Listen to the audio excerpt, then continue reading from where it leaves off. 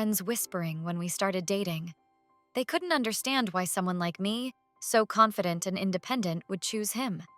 But for me, the choice was intentional. He wasn't like the others. There was something tender about him, something I wanted to protect. Of course, Matt had his flaws. He was too withdrawn, sometimes even too submissive. But I thought I could be the one to give him the happiness he seemed to lack. After graduating, we decided to move to Austin, Texas. It was a time when we could start fresh. Matt immediately took on the role of the provider. He got a job that supported us both. I, in turn, embraced my new role as a wife and, soon after, a mother. We had 2 daughters, Leah and Emma. With the arrival of the kids, I found myself absorbed in caring for them and began to forget about everything else. Matt was building his career. He was successful, and that suited me. I was used to a certain lifestyle, and Matt worked hard to meet all my desires. But gradually, I started to notice that something was changing in our relationship. Matt was increasingly immersed in work, and I began to feel like our marriage was losing the spark that once brought us together. Deep down, I knew I was drifting away from him, but I didn't give it much thought. Matt, as always, was attentive to our children, and everything seemed to be moving along as usual. But I knew I no longer felt the passion and emotional connection we once had. I was too caught up in my own life and concerns to notice his worries. I knew Matt had started to suspect something. He became quieter, more observant, as if searching for hidden signs in my behavior. On the surface, his life seemed stable. Work, kids, home. But deep down, he probably felt that I was pulling away. I spent more and more time outside the house, citing work meetings or get-togethers with friends. But I could see his anxiety, the way he tried to hide his feelings, afraid to ask the wrong question. His insecurity had always been evident, but now it was more pronounced. The truth was, I had long stopped feeling the connection with Matt that we once had. I often found myself thinking about other possibilities. One such moment happened by chance. One day I went to Matt's office. He asked me to wait in the lobby while he finished a meeting. Sitting there, I felt out of place. The office hustle, unfamiliar faces. And then a man approached my table, clearly not knowing who I was. It was his boss, James Wilson, a powerful man in the company. He stopped, looked me over with interest, and struck up a conversation. At first, I thought it was just small talk, but his tone quickly became more personal. He didn't know I was Matt's wife and began flirting. In any other situation, I might have brushed it off, but that day, I was too tired of my mundane life to reject him. His confidence, his attention, even his flirtation, it was all something new for me. When he asked for my number, I didn't say no. At that moment, it felt harmless, just a bit of fun. But soon that fun turned into something more. James started texting and calling me, and I responded. It was thrilling, making me feel alive again. I didn't think about the consequences. I was just enjoying the attention. Matt had no idea. He was trying to hold our marriage together, caring for the kids and working hard. But the more he tried, the further away I drifted. Everything got worse when our younger daughter, Emma, accidentally overheard my phone conversation with James. She didn't understand all the words, but heard enough flirtation. It shocked her, and she told Matt. Now, Matt could no longer turn a blind eye to what was happening. One of the meetings with James became a turning point in our relationship. It was a regular dinner after his work, at a small, cozy restaurant where he often invited me. I knew that our flirting had already crossed the line of simple conversation, and the feeling was mutual. We were both playing this game. Subtle hints, light touches, ambiguous phrases. But that evening, everything became more obvious. James stood closer to me than usual as we left the restaurant. He stood by my side, barely touching my arm, but that was enough for me to sense his intentions. He gently placed his arm around my waist, his hand lingering longer than politeness required. His gaze was more intense, and his voice had dropped to a softer, more intimate tone. "You look stunning tonight," he said, his fingers brushing my waist so lightly, yet I felt my heart begin to race. I looked at him and playfully responded, "You say that every time. Maybe tonight you'll say something new?" He smirked. his hand moving slightly up my back, but still within the bounds of decorum. "What if I suggested something more exciting?" he whispered, his breath close to my neck. My reaction was immediate. "What if I didn't say no?" I replied with a light smile, letting him know I wanted this too. My hand brushed his shoulder, and for a brief moment, our eyes locked. The tension between us was palpable, and I knew this was no longer just a flirtation. We had crossed that invisible line where things were becoming much more serious. That moment changed everything. We both understood that this was no longer just a game. That evening, I made it clear to James that our meetings were something much more than just dinners or light conversations. That evening, something shifted between James and me. We were no longer just playing with words and gestures. It became much more serious. After dinner, he suggested taking me to his place, and without much hesitation, I agreed. His apartment was luxurious. Everything about it spoke of status and success. When we entered, James didn't wait for any formalities. He pulled me close by the waist, and I felt my body respond to his touch. I didn't resist. In fact, I gave in to the moment with a passion I hadn't felt in a long time. It was one of those times when the mind shuts off, and only emotions remain. We spent the night together, and I knew there was no turning back. This wasn't just flirting anymore. It had become real.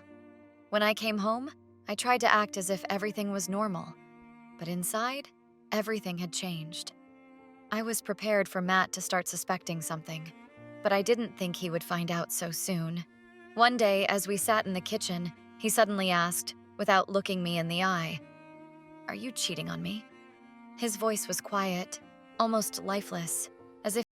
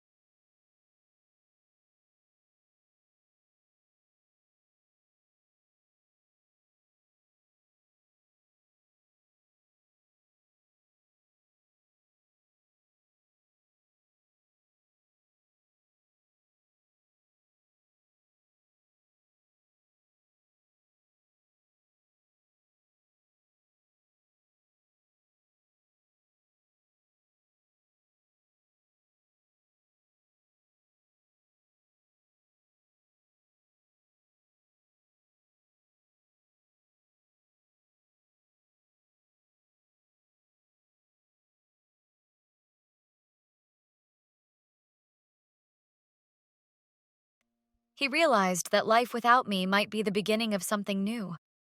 I never expected that James would find himself in such a situation. Everything he had built over the years collapsed in a matter of days. His company faced massive financial difficulties, and suddenly everything that had seemed solid and reliable began to crumble. Ryan, one of his partners, lost his entire business and found himself on the verge of bankruptcy. James was trying to stay afloat, but I could see how his confidence was breaking. He was no longer the powerful man I once knew. There was doubt in his eyes. It was at that moment that I realized my connection with James no longer gave me what it once did. His money, his status, all of it was disappearing, and I couldn't afford to be left without stability. Matt, who had been in the background this whole time, now seemed like my only chance to return to the life I had before. I knew he still loved me. He was weak, and I decided to use that. I came back to him, pretending that I wanted to rebuild our family. "Matt, I made a mistake," I told him one evening as we sat at dinner. I tried to sound sincere, but inside everything was boiling. I knew he needed to hear those words from me, and that he had always had a soft spot for me. "Let's start over. I realize I was wrong. We need to fix our family for the sake of the kids." Matt sat across from me, his face serious. I could see that he was no longer the person he had once been. There was something new in his eyes. He no longer looked at me with the same devotion as before. I knew he was facing a difficult moral choice. Should he give me a second chance? Or should he use my vulnerability and finally break free from this relationship? Matt was deeply hurt, and I understood that his trust in me would never be the same. But I saw the struggle in his eyes. He still loved me, despite everything I had done, and I was ready to use that to my advantage. I knew Matt wasn't the type to give up easily, but I was confident he couldn't bring himself to reject me. When Elizabeth came back to me with apologies and promises to change her life, something inside me faltered. I knew she was using me for her own gain, but at the same time, I still clung to the last remnants of faith that our family could be saved. I gave her one condition: no contact with James, no lies, no flirting. If she truly wanted to bring everything back to the way it was, she had to change. And surprisingly, she agreed. For the first few weeks, things seemed normal. Elizabeth no longer disappeared for entire nights. She didn't dress up in her best outfits for meetings with friends. She was at home with the kids, and it felt like our life was getting back to normal. But it was just an illusion. Deep down, I knew it, but I didn't want to believe it right away. I noticed how she began to withdraw again, often mentioning that she needed more personal space. I recognized this as her old behavior, masked under new phrases. Things got worse when she started going out again in the evenings. She claimed she just needed time for herself, that she needed to reset after the stress of the past months. But I could sense that something wasn't right. She began to manipulate me again, trying to make me feel guilty for her desire to be free. Last time it worked. I was weak and afraid of losing her. But now I was no longer the person I once was. I began planning my escape. I needed to prepare, to think through every step so the break would be final. I didn't want to be a victim of her manipulations anymore. I knew that if I gave her another chance, it would only prolong my suffering. So I decided to do everything quietly. I gathered all the financial documents, closed our joint account, made sure I had the resources I needed. Now I just had to wait for the right moment. I was no longer afraid of being alone. I realized that my dependence on Elizabeth was an illusion, created by my own fears. And although there was still a little pain in my heart, I knew the end was near, and I would finally be free. Honestly, I didn't expect Matt to give me another chance. He seemed so broken, so empty, but in his eyes, I still saw those same sparks of devotion that had always fed my confidence. When he said he was willing to start over, but only if I changed and completely cut off all contact with James, I had to pretend that was fine with me. I agreed because I knew Matt was too weak to truly leave me, and I could still do what I wanted, as long as I was careful. For the first few weeks, I played the role of the perfect wife. I stopped seeing James for a while, stayed home, cooked dinners, spent time with the kids. Matt relaxed, beginning to believe that everything was getting back to normal. But I knew I couldn't last long in this golden cage. I needed my space, my freedom to feel alive. I started telling him again that I needed more time for myself, that after everything that happened, I needed to find myself and reset. These phrases always worked. They were vague enough to buy me some time and, at the same time, sounded like I was really trying to fix our family. Matt believed me, as he always did. But soon enough, I started seeing James again, just more discreetly this time. I played my role in front of Matt, pretending to be the caring wife, and he fell back into my trap. He was too lost in his own thoughts, too blinded by hope for a better future. I kept manipulating him, telling him I needed personal space, and every time he started to suspect something, I made him feel guilty for not trusting me enough. But I knew things were different this time. Matt wasn't the same man I could easily control anymore. Something had changed in him. I could see it in his eyes when he silently looked at me. He no longer argued or asked questions. It was as if he was planning something, but I couldn't figure out what. I could feel that something was off with Matt. He had become even more distant than usual. His silence was different now, cold and cautious, but I didn't worry too much.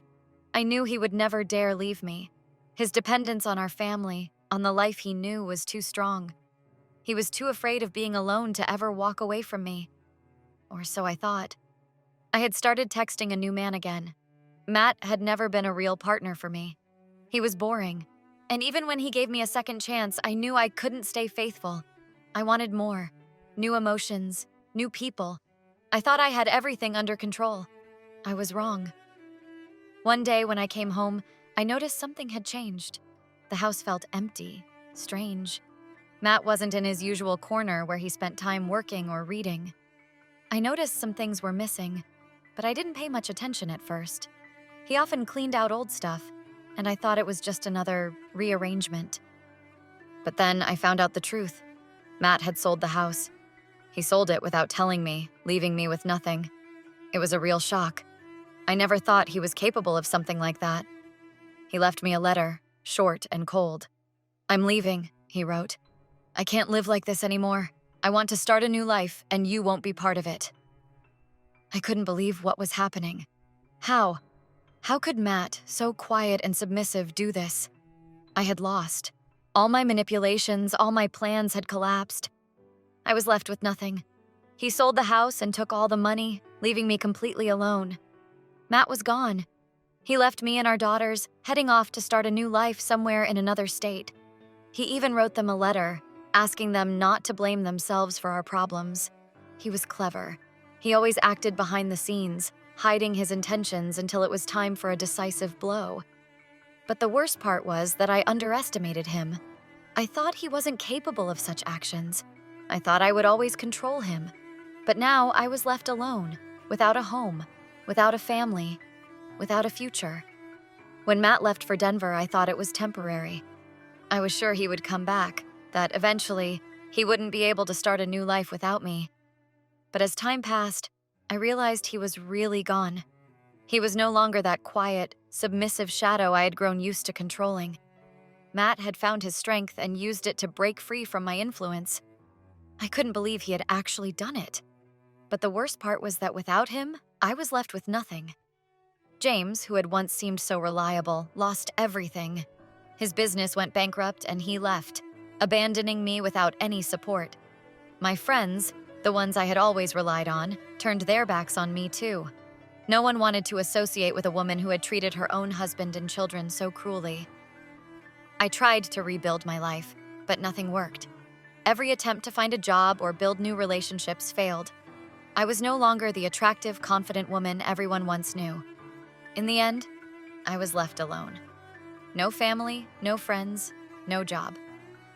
The worst part came when the court granted Matt custody of our children. I couldn't financially support them, and that became the deciding factor. Leah and Emma went to live with their father, while I remained in an empty house, feeling like I had lost not only them, but my entire life. Matt, as I later found out, met someone new. I heard that he was happy, that they were building a healthy relationship together. It was painful to realize. He had found something I could never give him: true love based on respect rather than manipulation and lies. Karma, as they say, catches up with everyone, and it caught up with me fully.